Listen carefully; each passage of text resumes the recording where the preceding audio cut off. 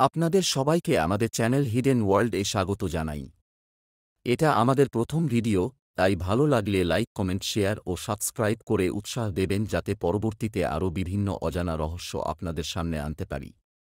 আমেরিকার ওয়েস্ট ভার্জিনিয়ার এক কোণে আছে একটা ছোট্ট শহর, নাম গ্রিন ব্যাংক। এই শহরটা আলাদা, খুব আলাদা। কারণ এখানে রেডিও চলে না, মোবাইল টাওয়ার নেই, ওয়াইফাই নেই, এমনকি ব্লুটুথও কাজ করে না। তুমি ভাবতে পারো, এমন জায়গা আজকের দুনিয়ায় আদৌ আছে? হ্যাঁ, আছে।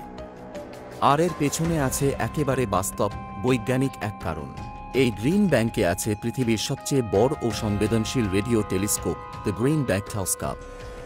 এই টেলিস্কোপটা মহাকাশ থেকে আসা সব দুর্বল সিগন্যাল শোনে, বিশ্লেষণ করে।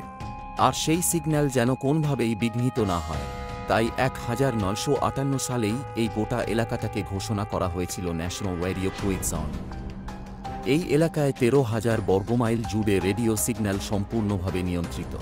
কোন মোবাইল নেটওয়ার্ক নেই, নেই কোনো রেডিও স্টেশন, এমনকি ওয়াইফাই রাউটার চালানোও নিষেধ। সবকিছু নিঃশব্দ, কারণ এখানকার আকাশে কান পেতে আছে এক বিশাল যন্ত্র। কিন্তু এটা শুধু বিজ্ঞানীদের স্বপ্ন নয়, অনেক মানুষও এখানে এসে আশ্রয় নেন। তারা বলেন তারা এক ধরনের অসুখে ভুগছেন, যার নাম ইলেকট্রোম্যাগনেটিক হাইপারসেনসিটিভিটি। মোবাইল টাওয়ারের সিগন্যাল, রাউটার, রেডিও এইসব নাকি তাদের শরীরে ব্যথা, মাথা ঘোরা, দুর্বলতা তৈরি করে।